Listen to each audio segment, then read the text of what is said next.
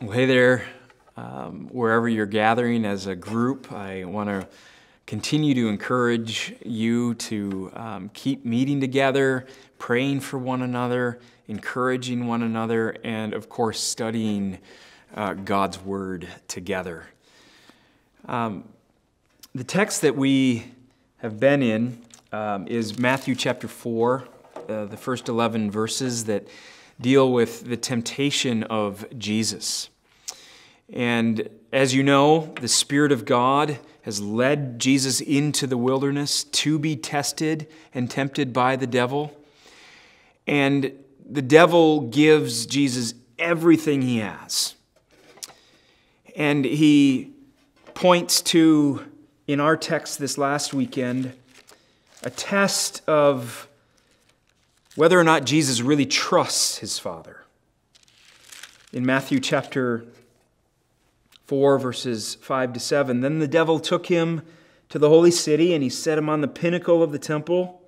And he said to him, "If you are the Son of God, throw yourself down, for it is written, He will command His angels concerning you, and on their hands they will bear you up, lest you strike your foot against a stone." And Jesus said to him, "Again it is written, You shall not put the Lord your God to the test." This was a test of trust. Do you trust God, Jesus? If you are the Son of God, do you trust Him? And Satan, of course, puts Jesus in a situation to test this. Puts him on the pinnacle of the temple, which was probably about 450 feet off the ground, overlooking the vast Kidron Valley, and he says, "Jump." And by the way, the scriptures say that God will send His angels concerning you, and they won't let you fall.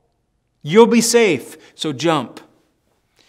What we saw there, and we see here, is that Satan knows the Bible, and he uses the Bible, but what he does is he twists it, and he contorts it in order to trick us who are tricked and have been tricked at times.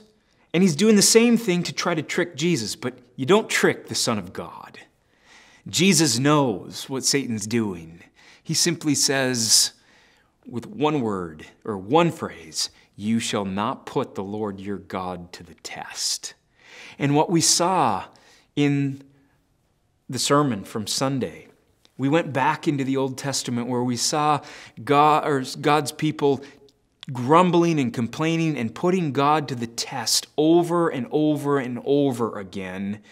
They, in effect, put themselves at the steering wheel and said, "God, you exist to prove yourself to us."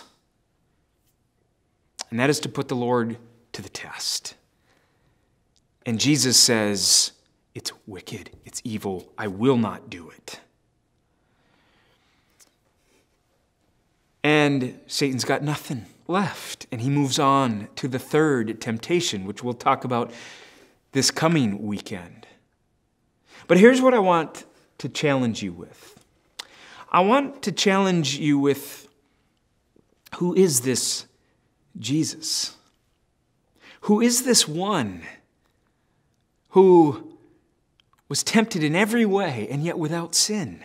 Matthew would have us all believe and know and have confidence that He is, as the Father had said at the end of Matthew chapter 3, "This is my beloved Son, in whom I'm well pleased," who went into the wilderness in the same way that God's people had gone into the wilderness.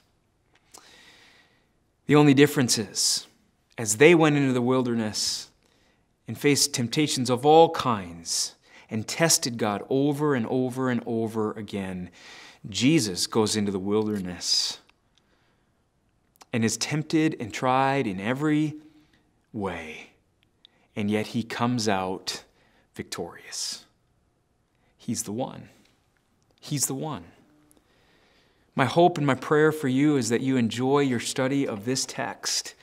Dive deep into it. Follow the questions, and I pray that you have a great time together studying His Word and that you find ways together to live it out for the glory of God, for your joy and the joy of those around you. God bless you. Hope you have a great